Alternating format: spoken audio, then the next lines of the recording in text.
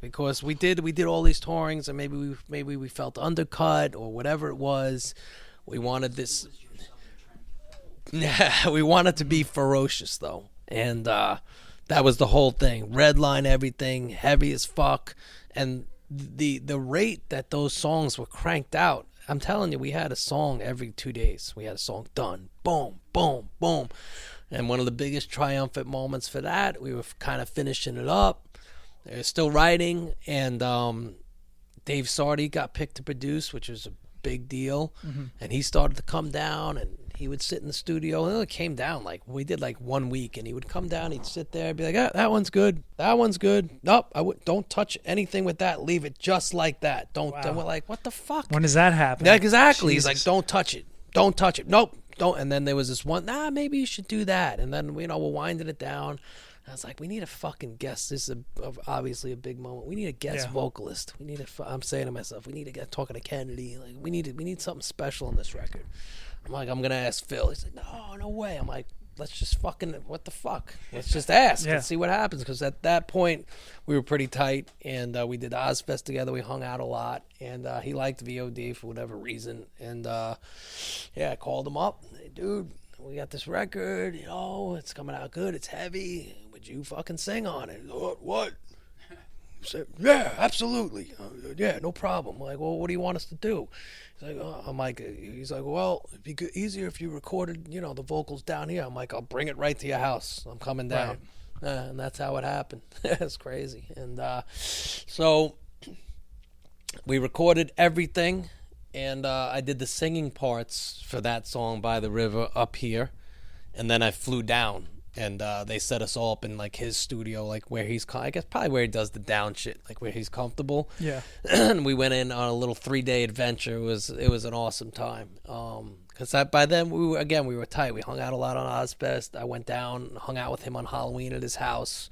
Just for the record, when Tim said, speaking about it, you had a smirk, like a knowing smile, thinking about those 3-day adventure of things we'll never get to know about. I have a feeling it was not as exciting as you'd think, but it was a very cool time, because there were times that I hung out with that guy. It was fucking crazy, like what you're thinking. And then there was other times where, like that time when we went to record, it was mellow. We chilled, we hung out, we ate some good food, and then flew in one day. And we partied up a little bit that night, jammed a little bit. He has like this little campfire, playing acoustic songs with them and stuff like that. That was pretty cool. And the next day, he wakes up, God knows what time, wake up, and we go to the studio. So now it's time. Here we go. And I didn't do any of my scream parts. So now he's going to do his scream parts. I'm going to do mine, or vice versa. And we're talking about, how do you want to do it? He had his, that was pretty crazy too. I went down the night before, and we're hanging out, and he's like, oh man, you want to hear my ideas? I'm like, yeah, all right, sure. He just fucking turns the song up on his stereo and just starts screaming it right there. No microphones, nothing. Right. I was like, holy shit. That'll work. Yeah, what are you going to say, Oh, yeah, that's great. Oh, it sucks. Do it again. Anyway, so I go in. My voice is opened up now, because I just did the whole record. I'm not really drinking. My voice was ripping. I go down there, I do my shit in 2 takes. Done, front to back. And now it's his turn. And he records differently. I'm not going to disclose how he records, because that's his thing. But he doesn't do it. I was in the other room, standard setup, blew my shit out. He's just like, holy shit, man. And then he starts, and I'm just sitting there listening. And I'm like, oh, fuck, his voice is not sounding good. His voice sounds fucked up. Fuck. And he's doing a couple of takes. I'm just like, fuck, his voice does not sound good. What the fuck? But you're like, it sounds good, Phil. Well, no, what happened? I'm just sitting there, and I guess whatever happened, he warmed up. And once he warmed up, it was all good. And another huge moment for me. So we did the shit that day. We recorded, went back to his house, got all, fucked up and stuff. And he's like, you want to hear it? I'm like, yeah. He fucking blasts it on his fucking stereo, sitting kind of like a setup like this. We're just jamming to the fucking track, and it sounds sick. And he's like singing the fucking parts, and it sounded fucking amazing. Did you guys ever get to do that live?